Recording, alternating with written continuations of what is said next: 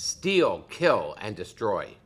When the elevator doors opened, I immediately understood why the other two Metropolitan Toronto police officers had called for backup.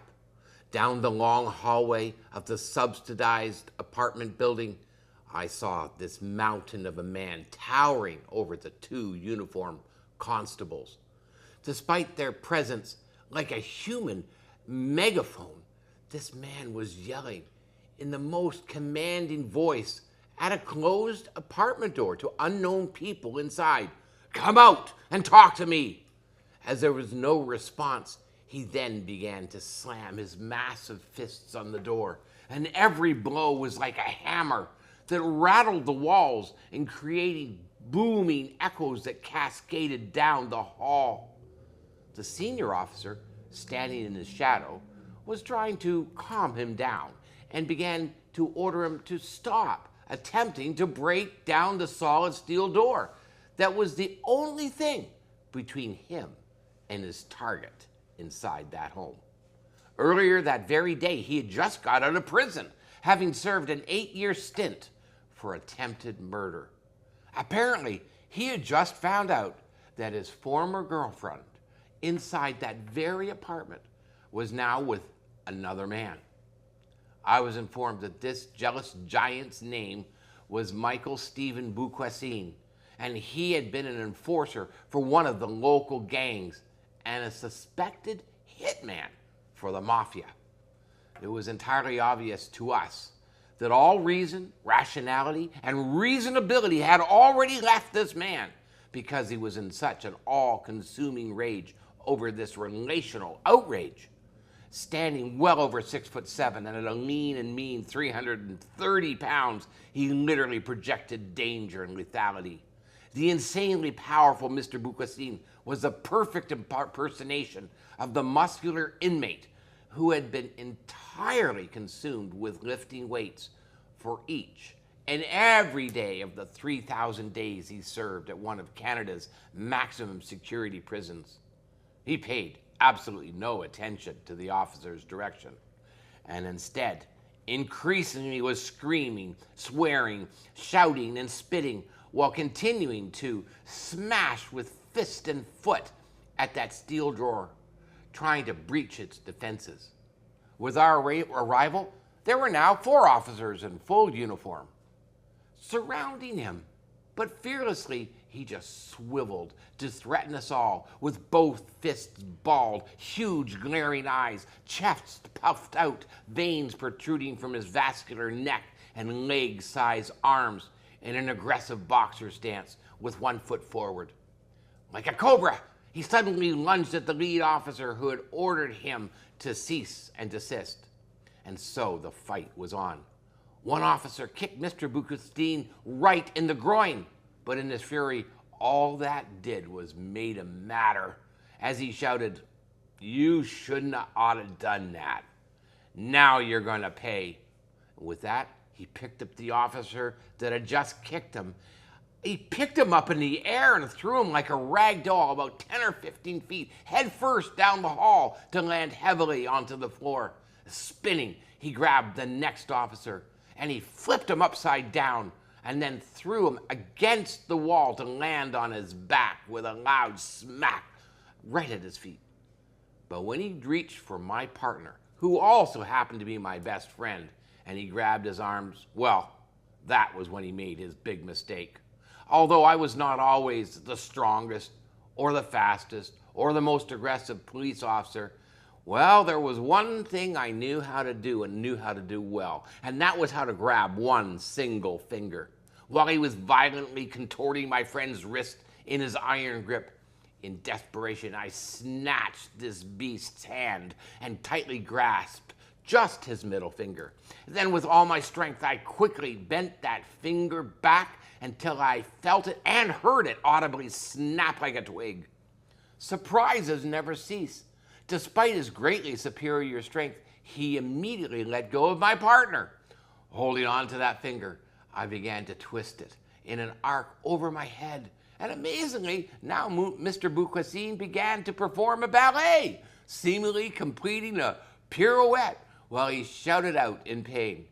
Using his anguish as the ultimate motivator, I was easily able to take him down to the ground and control him just as long as I had control of that one little finger. He started begging me to stop while I unsuccessfully did my best imitation of trying to take that finger right off his body.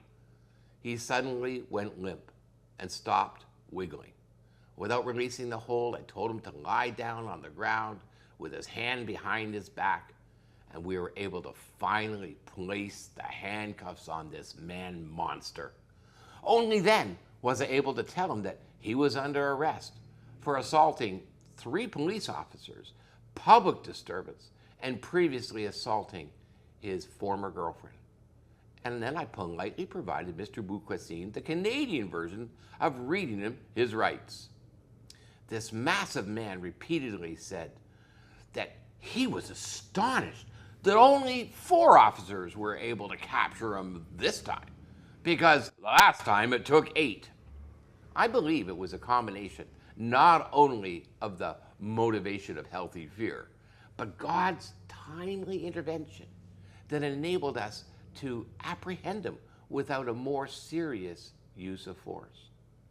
When we took him to the police station in front of the video cameras and completed the use of force report, I had to explain how breaking his finger was really the only way to control Mr. Beauquesne, deranged in the given situation. Once contained in the jail cell, the sergeant in charge of the station ordered that his cuffs were to be removed. Oh, that was a big mistake. Instantly, in his torment and anger, he started to smash and slam the solid oak bench in the booking room with his uninjured hand with such force that we could only imagine what he would have done if he had not been restrained. After booking, it was my duty as the arresting officer to take him to the hospital to have the physician reset the finger that I had deliberately broken. I sincerely apologized for hurting him so badly, but told him that he just did not give me any other choice. To my astonishment, I was amazed to hear him say to me that he understood, did not blame me, and even thanked me for apologizing to him.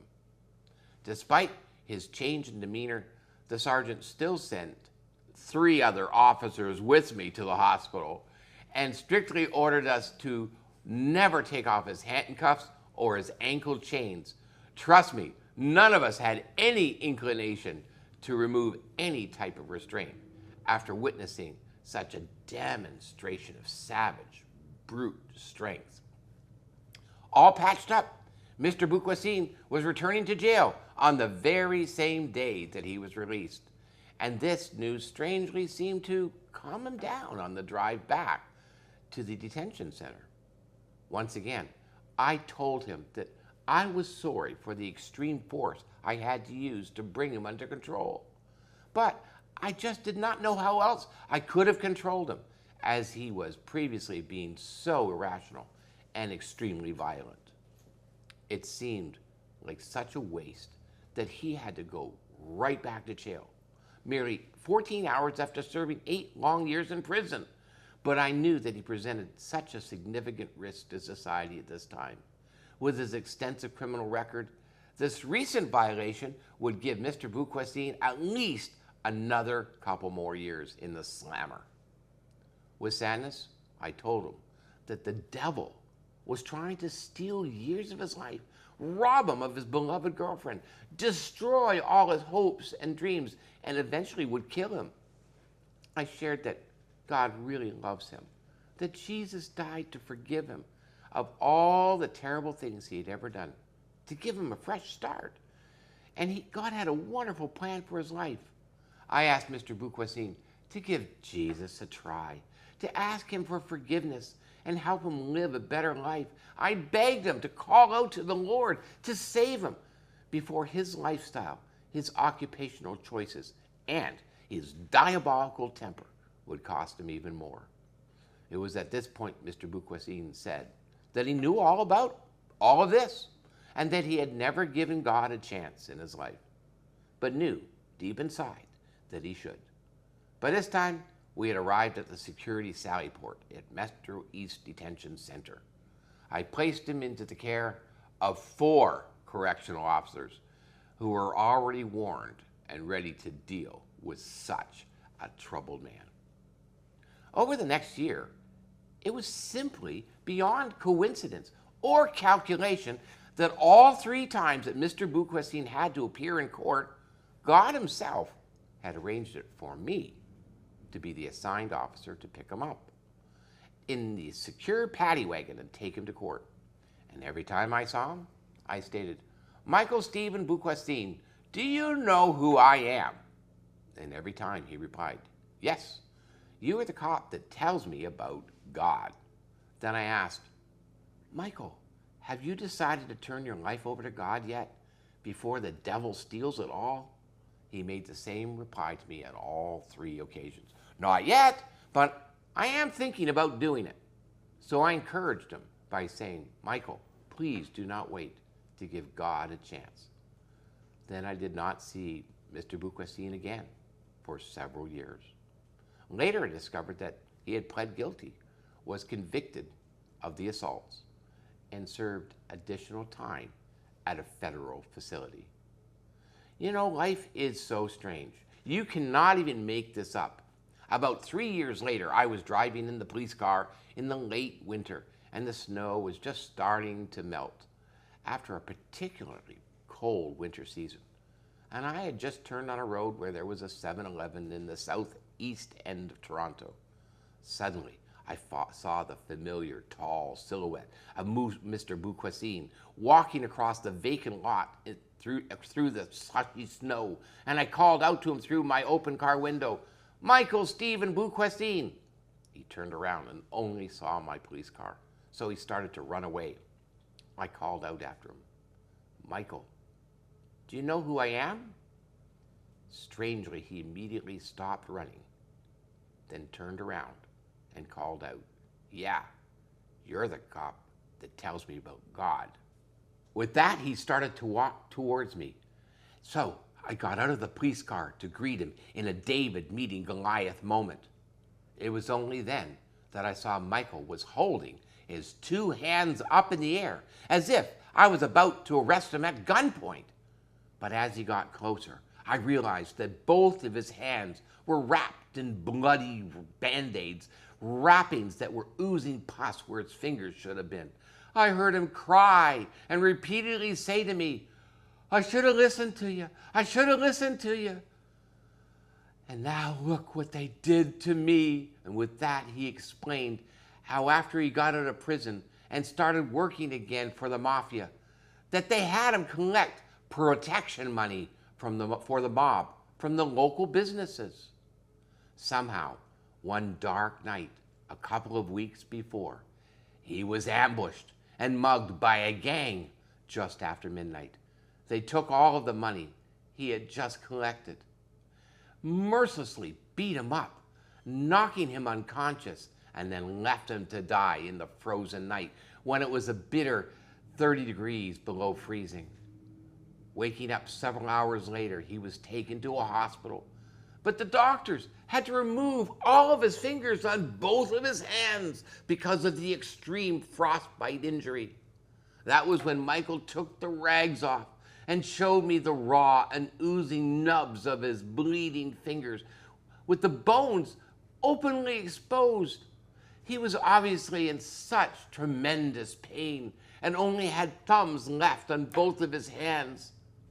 I felt so sorry for him because Michael was in such torment and his wounds were so grievous. I told him that I cared for him and I wished that this had never happened to him. And then I reminded him that the devil was trying to steal, kill, and destroy his life and was taking him apart one piece at a time.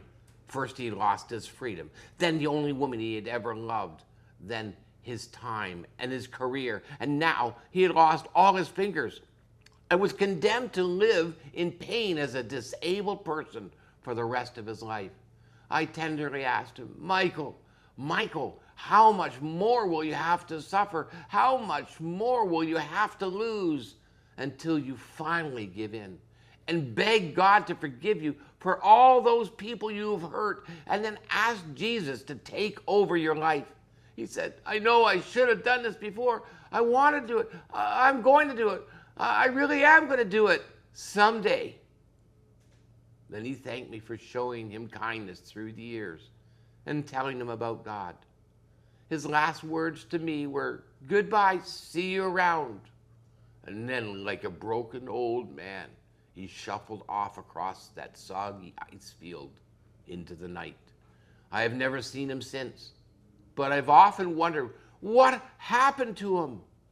I find myself praying not only for this tormented man, but all the Michael Stephen Boukwassines in the world who trust in their own self-sufficiency and their own potency, only living for the present without regard for their eternal future, or how much their destructive lifestyles will eventually cost them in the inevitable end of time.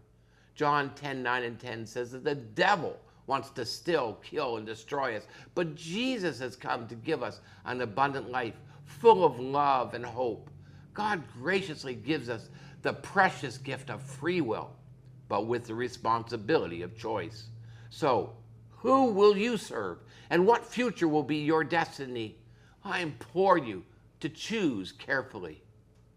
Respectfully submitted, Retired Constable Kenneth Brown, 5720, Metropolitan Toronto Police Force.